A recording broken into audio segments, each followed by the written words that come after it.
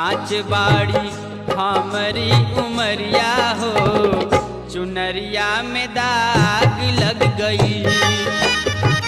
कांच बाड़ी हमारी